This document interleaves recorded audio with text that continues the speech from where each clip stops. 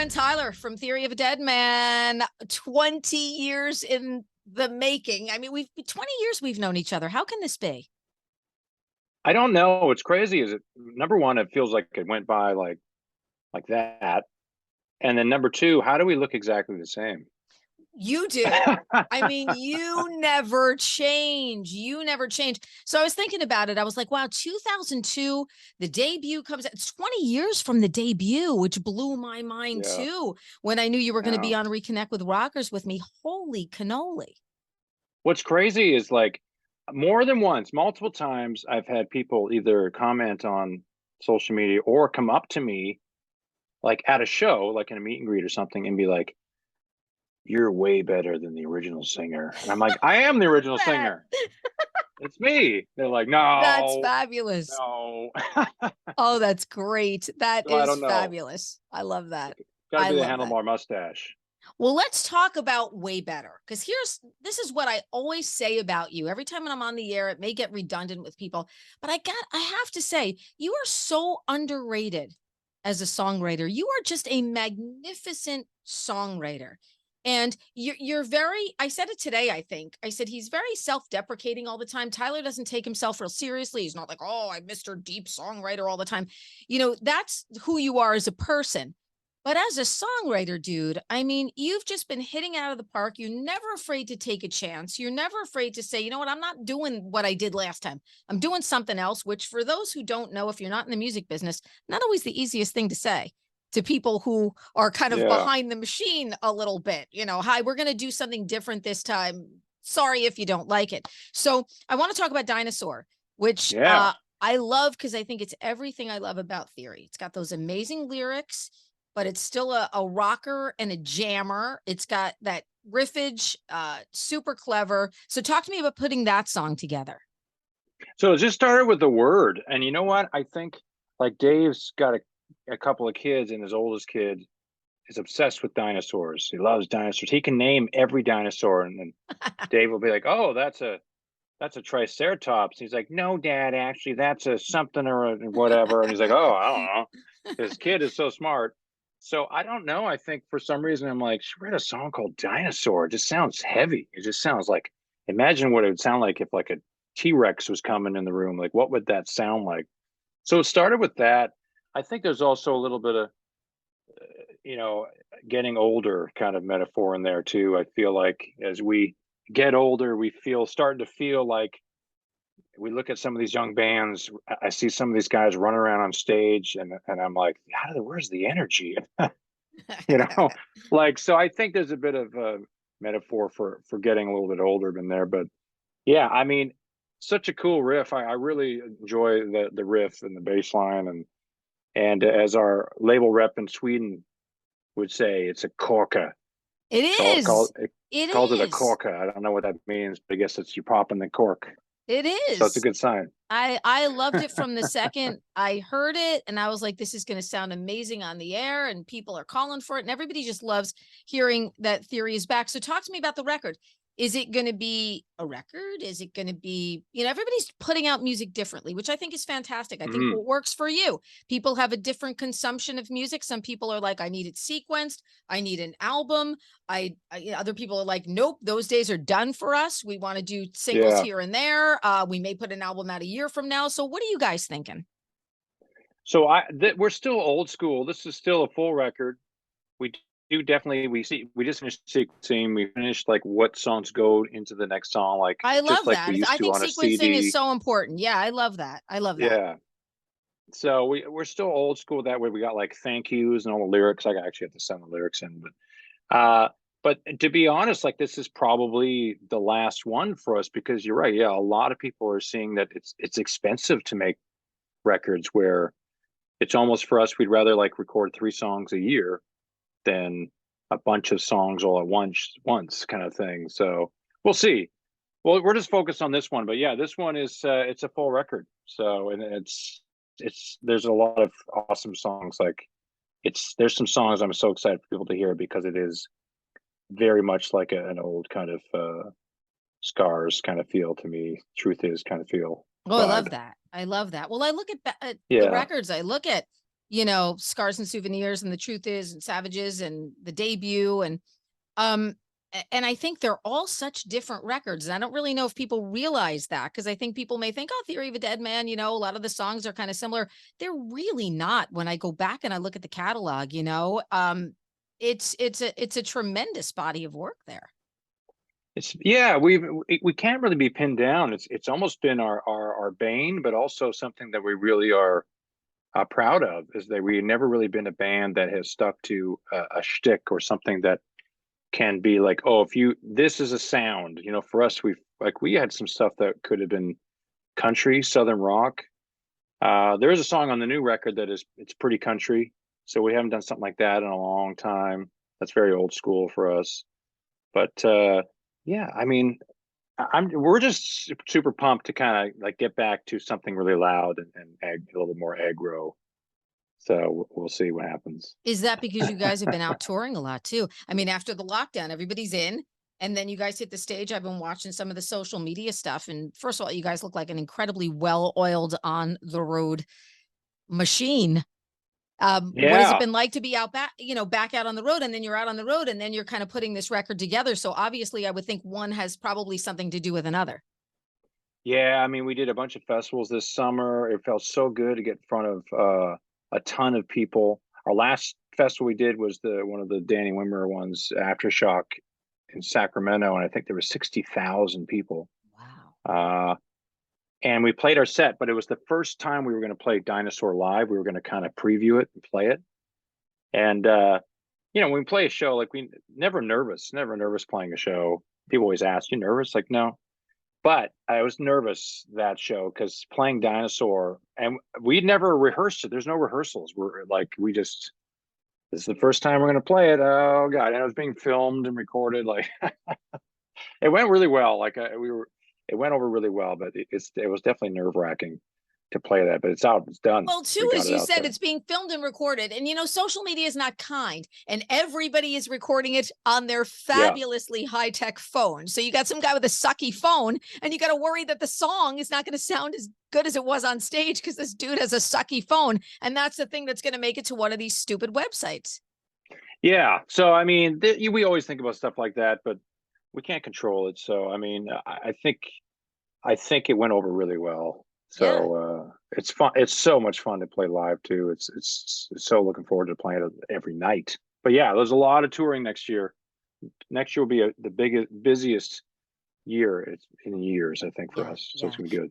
That I think Dinosaur is going to be another #1 record, but that's just my own opinion. So we are going to get a Jersey date too in February. So I'm excited about that because we're going to have you guys back in the great state of New Jersey. So you're talking about some of these Yes. younger bands. Who excites you now? I mean, is there anybody that you're kind of looking, if you're on a festival and you kind of know this person's going to be on the festival, this band's going to be on the festival, and you're sort of like, you know what, I got to at least catch 5-10 minutes of this person's set. Is there anybody that's kind of exciting? I think it's a really exciting time for rock.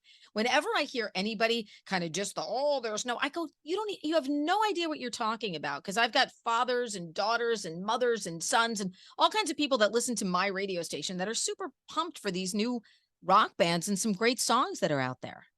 Yeah.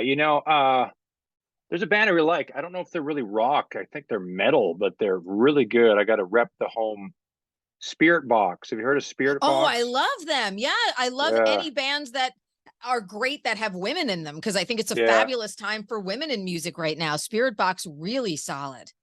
Yeah, they're from Vancouver Island, I think, so not far from where we grew up in British Columbia. So as soon as I found out, they were on a couple festivals with us, and I missed both their sets because we were doing press. But they are really good. So definitely, that's a band I've been watching out for. But yeah, other than that, I mean, we're a huge supporter of Aaron Jones. I love Uh, Aaron. Oh yeah, goodness.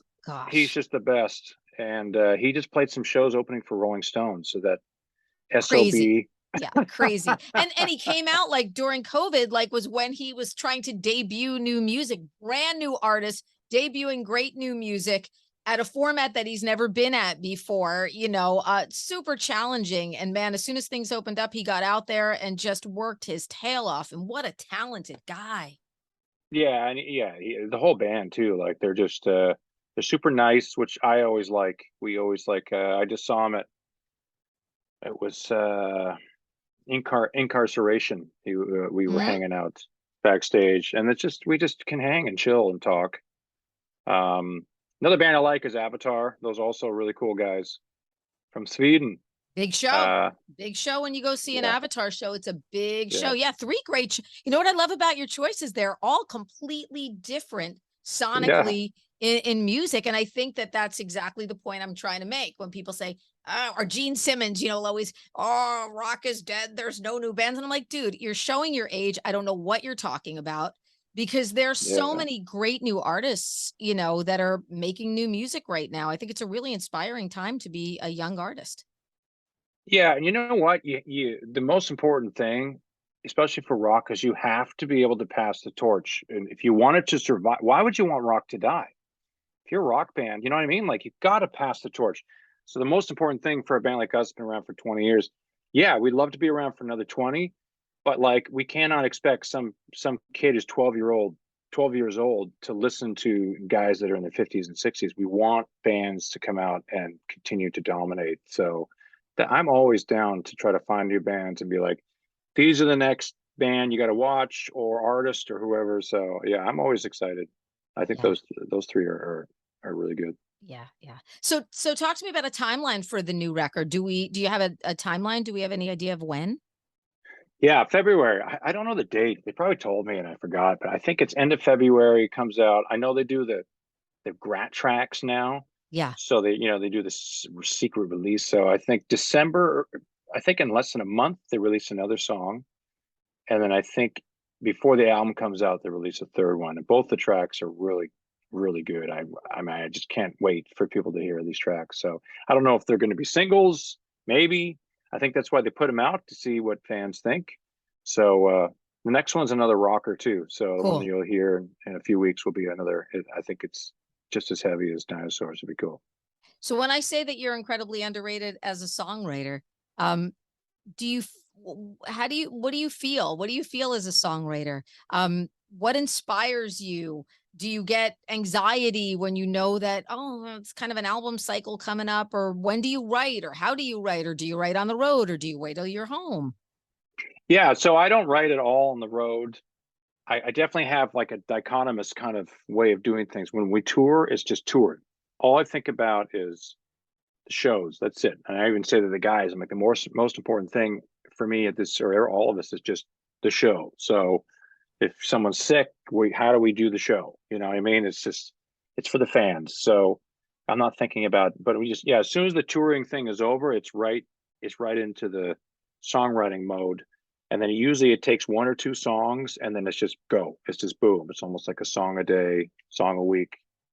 So, but the frustrating thing is like, I don't know where the songs come from. I don't know, like RX. RX came from me. I think I was trying to do some stupid thing where I was like, I was going to write a song a day for a week. And I got to day three and I just was so bored. I picked up a guitar and I started singing in the chorus. I am so freaking bored. And for a joke. And then it was the chorus of RX. And I was like, that's actually pretty good. And So you just, I played your studio version when you came to WDHA of that, and your whistle is just was so spot on too. You're such a good whistler. yeah, it's interesting because people think I'm lip syncing that live. And No. there's definitely nights where if we play somewhere like because as soon as we get into RX, people start smoking weed. So it can be tough to do the whistle part in halfway through the song because it's so dry. I'm like licking my lips. I'm calling for chapstick, and I'm up there going. So yeah, it's real. It's sometimes it's a struggle. The struggle is real. Yeah, I played it the other day Struggle's and I was like, real. damn, I didn't notice the day he was here. It's such a clean, on-air, amazing whistle with no enhancements. Like that was the thing that I took out of that. And you do phenomenal performance in our studio, of course. Not the easiest song to perform just live at the very WDHA basic microphone setup. So yeah, hats off No, to you guys. thanks. That's off to you guys. Look, you're one of my favorite people in music. So when I see your face and when I get to come to a theory show, I'm always so excited about it. You're just a great friend and we love you here in New Jersey. You're like literally one of us. So love you and thank you so much for hanging out with me. Oh, well, thank you. Yeah, you're one of my faves. You are my fave. Yeah, I better be the fave. I don't want to be one of the. I need to be like Yeah, numero uno here. there's no one else. Thank you. That's Thank it. you. Thank They you. actually asked me to do more interviews until the record comes out. I said, no, we peaked. Only one. This is Terry, it. that's it. Dinosaur, great track. Can't wait for the new record. Can't wait to see you guys at the end of Feb here in New Jersey. And love you, my friend. Oh, you too. And let's try to figure out some animal stuff when we're there. I was going to Can we do ask that? you greatest memory of WDHA, and I'm thinking two, but give me two of your greatest memory of things you've done with WDHA. Well, the first one was me and Dave went to the shelter with you, and every dog loved Dave. I was kind of jealous. I was kind of angry. I was like, every Dave dog was had just this like, weird guitar thing going on where he went into the cages, even with the yeah, like severely traumatized animals. It was quite incredible, and just started playing and sort of like got them out of their whole thing. It was wild. And yeah, I'll tell you, he had some special kind of magic going on that day. yeah. Yeah, And we had a good time. And I'll tell you, you got down and dirty, got the hose out. We were at Sammy's Hope in Sayreville. It was a really, really inspirational day. So I can't thank you guys enough for that. And then I always remember the time I put you guys in Double D's and we had like the half strip club and half yes, on the first, I think it was like the first or second record. So yeah. those are the two memories that I have of you I not being in the studio. I remember Double D's and Phil Queso was there. Yeah, I think it was our first record. Yeah, it was. Yeah. It was. It was. Where is that? That's almost like almost feels like that's the Soprano place. Like, It was right felt down like it the was by the street from the freeway. station. We could walk past it next time you guys come by and relive the old days. We should go back to Double D's. Is it We'll still go there? back to Double D's and back to work at at an animal shelter. Terry Deal. and Tyler 20 years later. There's a lot. That's awesome. There's a lot of alliteration there. Taylor and Tyler 20-year Oh, that anniversary. is so funny. But we'll It's a banner. definitely we'll figure out something to do fun with the animals, even if it's you guys doing some photos or something to help get some adopted animals adopted for us. That would be awesome. 100%. Marin. Love you. You too. Thank you so much. Good to see you. DHA's Reconnect with Rockers is powered by Karis Lock Company, your full-service locksmith, and Dover Dodge Chrysler Jeep Ram on Route 46 in Rockaway.